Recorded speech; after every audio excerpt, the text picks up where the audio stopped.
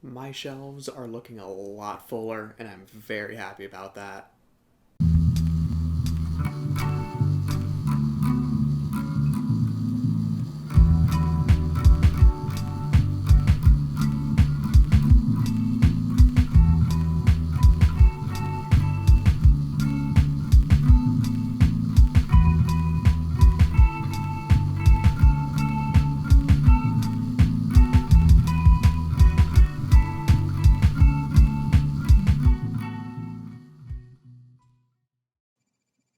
Alright, so here's the deal. I actually filmed a much longer episode than I really should have. Went off on a little tangent of what I picked up at the expo. That being said, I split it up into two videos. One's going to be the actual episode of the Enclosures. The other one will be a little bit of an extra uh, treat, you could call it. So that being said, here we go. We're going to go back into the real episode. The expo that I've been looking very much forward to for quite a while now was yesterday, actually. Got everyone rehoused, got everyone up and going, and that's about it. You might have noticed the lack of an unpacking video, and there's a very good reason for that. See, to be completely honest here, I am making these videos to show you good tarantula husbandry. I'm trying to show you good practices. And quite frankly, me having a camera pointed at something that I should be focusing on is not a good demonstration of how you should be acting. So I decided not to do it. It was a very conscious decision, and I stand by it. That, however, does not mean I don't want to show off my tarantulas, and I will be showing you what I ended up getting. However, that's not the focus of this. Rather, today is going to be all about how to make these enclosures. Not so much how to make them, more of ideas that you can follow along. I'll explain in a moment. So I went a little overboard with this one compared to some of the other ones you're going to see here in a moment. This is an actual aquarium I bought from Petco, PetSmart, one of those two that I modified just a little bit. It came with a screen top that I frankly threw away, and I built this thing here instead. Hopefully that's actually turning out. What I did is I cut acrylic to fit perfectly inside there. There's a little bit of a ledge that holds it up, and it fits perfectly. I even made a little bit of a feeding hatch so I don't have to take off the entire lid when I go to feed, water, that kind of thing. Of course, since it is glass, there is zero cross ventilation in this, which is somewhat of a downside, but this species isn't reliant on it, so I'm not too worried about it. All of the air holes are just drilled into the top using a standard drill. Now here's the cool part. You can actually buy a pack of 12 neodymium magnets at Home Depot for like $3, $4. They're extremely cheap. So what I did is lace the outside of it. Let's see if I can... Okay, so that didn't work. You can actually see I've got 4 on the lower half of the acrylic and 2 on the upper half to hold everything down. These are more than strong enough to hold back a tarantula. They're almost strong enough to hold back me, so frankly I'm not too worried about an escape. It also completely gets rid of cumbersome locking mechanisms or anything like that that tend to scare the spider and get in the way when you're trying to do work. You've heard me mention really useful boxes quite a bit on this channel, actually. I'm sure you've seen all of those. I've mentioned the giant Theraphosisтерmi I have. You see a lot of really useful boxes around here.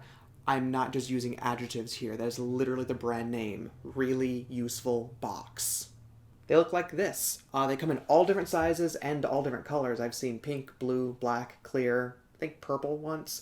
I aim for the clear ones for obvious reasons, but I've had to break down and buy some black ones because they don't make all sizes in all colors, so you're going to have to settle at some point.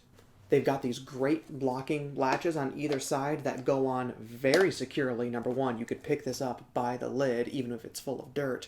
And they are very quiet. I'm able to open and close these things without scaring off even the most skittish of spiders, which is very impressive.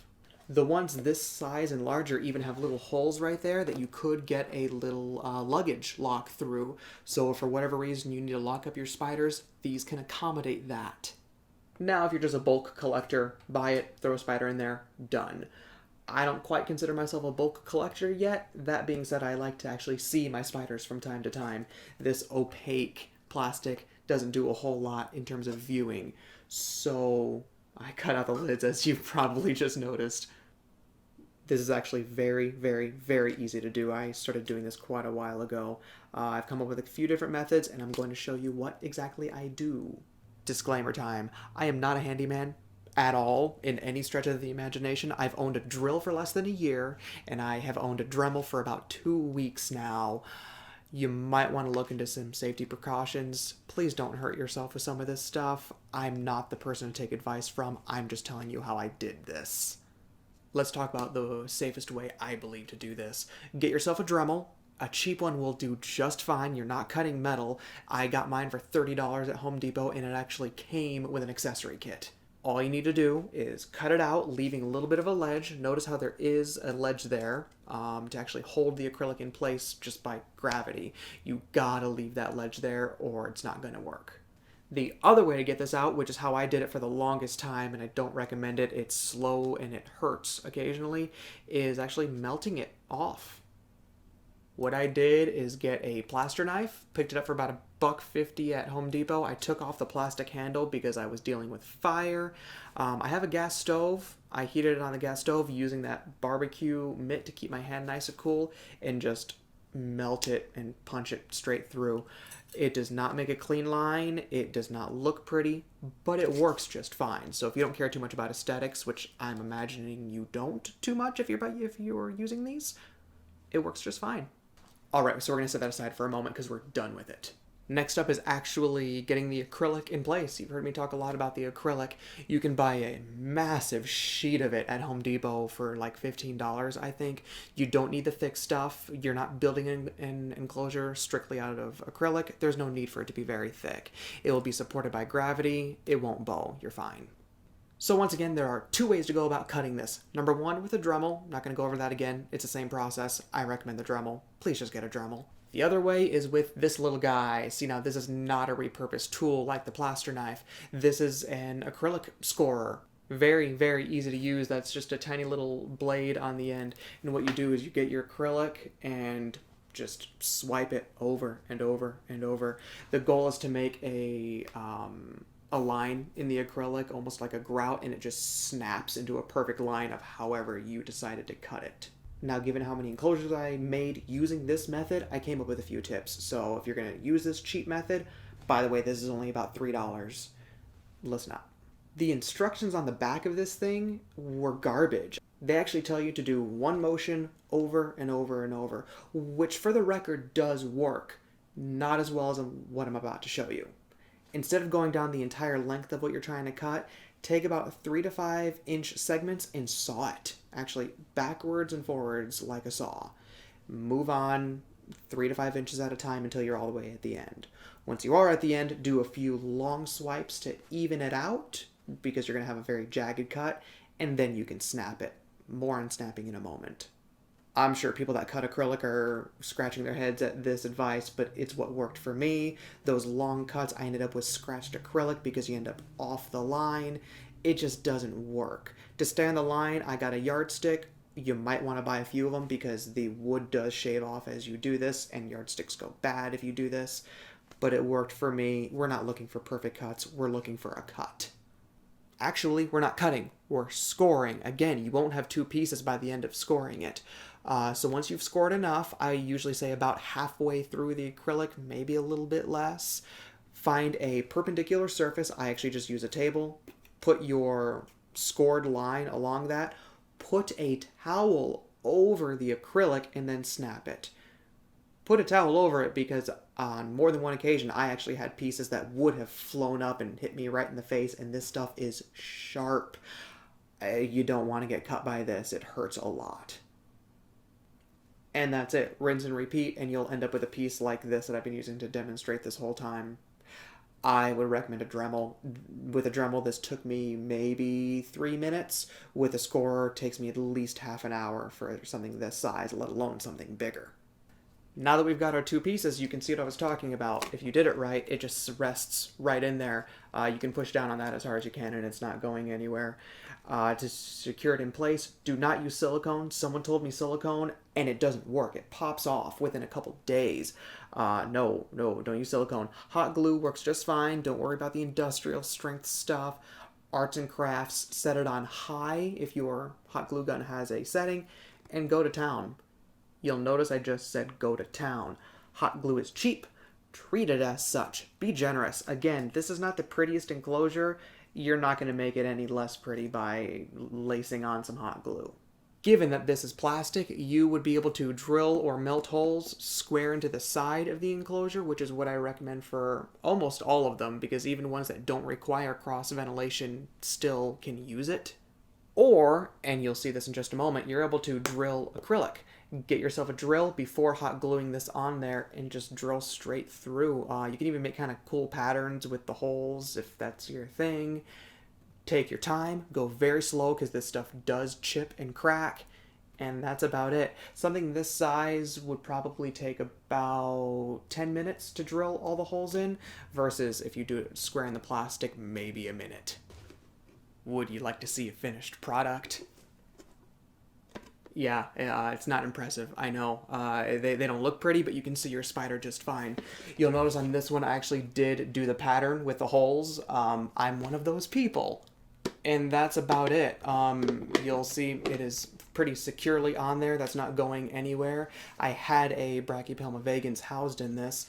You'll see quite a bit of hot glue in there. I was not stingy with it. Better to have too much than not enough. Now, I love these for a very good reason. They have those latches that I spoke about. They're very easily modifiable. They're pure plastic, so you can melt or drill holes as you see fit. And more importantly, they come in a huge variety of sizes. How huge? They do come smaller than this, but frankly, if you're housing a spider this small, just use the deli cup. This is another pre-made one. You can see the air holes in the side. Pretty tiny. How big do they get? Bat. I'm going to post a picture because I know it's not showing up on there very well. It houses an adult female Theraphosa. Yeah, I think that's... I don't even know how many gallons that is. Alright, so you can certainly tell which is my personal favorite enclosure. I've been through a few of them. But what else works? AMAC boxes. That's AMAC boxes. You can find these readily online or at a Container Store if there's one near you. They are made out of pure plastic. They have friction locks, meaning a spider's not going to be able to push that open, but there is no locking mechanism. If you've got cats or children, maybe not the best idea. Drills do not work on this. The only way to get holes in this thing that I have found is to melt holes. Heat up a pin or a barbecue skewer and poke holes. You can see that's what I've done in this one. They're not the most versatile, but they work especially for slings. I plan on housing my Lasiodora difficilis in this eventually. I especially like the friction locks. By that I mean it actually takes muscle to take this on or off. Maybe not muscle to you or me, but definitely muscle to the spider. This is another one. I find these at Walmart. They're about $1 a piece. I use these exclusively for arboreal slings or obligate burrower slings. Once again, made out of plastic, so there's plenty of room to put ventilation with using either a melting or even a drill. This one took drilling quite well, actually. A place that I have had great luck finding enclosures is a place called Bed Bath & Beyond. It's kind of like an expensive Target for kitchen stuff. Given that it's for kitchen stuff, you're going to find a lot of enclosures there. Some work better than others. For instance, this looked like an amazing idea when I first saw it. It has these little pinch tops to actually take it on or off. It relies on pressure to stay closed. Made out of plastic to melt holes. It's great. So why am I using it to store dirt? Because if you were paying attention, I just said it relies on pressure to stay closed. Didn't realize that at the time. When I made holes, it no longer stays on snugly. It comes off extremely easily. Be careful on these. This wouldn't have worked at all unless I were willing to make some kind of locking mechanism, which I suppose wouldn't be difficult, but it wasn't worth the effort. I'm a huge fan of burrowers. That's my thing. So that being said, I've been through a few burrowing enclosures. The best one so far? Walmart again. Bam! Tea-jug. You can actually see the Ceratogyrus darlingi chilling out right there, and she's going inside. Plenty of room for dirt. It goes all the way to the bottom. Once again, made out of plastic, so I'm able to make the ventilation holes very easily. I was able to make a rudimentary locking system. Can you see this? Yes, you can see this. I was able to make a rudimentary locking system by just melting a hole for a paper clip. Keeps it on very tight. She's been in here for over a year. I do have one of those exotic pet acrylic things. Frankly, they're not very good despite the price. They're about $100 even for one that small. They're not great. They come with screen ventilation holes, which cannot be replaced very easily. And like I just said not too long ago, screen's terrible for tarantulas. They're very functional in that they open easy, they have locks, and they're completely see through. But that's where the functionality ends. You have to open it entirely just to get in there. On a lot of these enclosures, you'll see I have a little feeding hatch on top of a big hatch that opens all the way. Those do not have that. I'm not a fan of them. Lastly is a bulk collector's dream. Just deli cups of all sizes. I actually got this one at a local Albertsons, Walmart, whatever you go to for groceries. I think I got potato salad in it. I don't even remember. And I now house a Holothiolensii in it. This one ate all of its siblings. His name's Hannibal.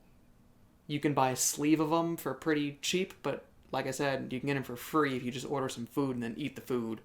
Honorable mention, critter catchers. I mentioned critter catchers. I own critter catchers. They're not great. They offer way too much ventilation. Yes, there is such a thing. They have terrible locking mechanisms. They're either extremely loud, which the tarantulas hate, or not secure enough. And the holes tend to be too big. I don't like that with my little spiders. They can get out of there too easily. There are a million options better than critter catchers. I wouldn't do it. Make your own really useful box. Even just a raw, really useful box is cheaper than a $15 critter catcher. I figure that there's enough acrylic cutting tutorials on YouTube that you guys can look that up on your own. But if you would like an in-depth tutorial on how to make those, where you actually watch me make them, I'd be more than happy to do it. Let me know in the comments. Let me know if you have any questions in the comments about anything I covered. I did cover more than I was expecting to on this episode. Don't forget to subscribe for, hopefully, weekly videos. And as always, this has been Iraniade. I've been EulersK, and thank you for watching.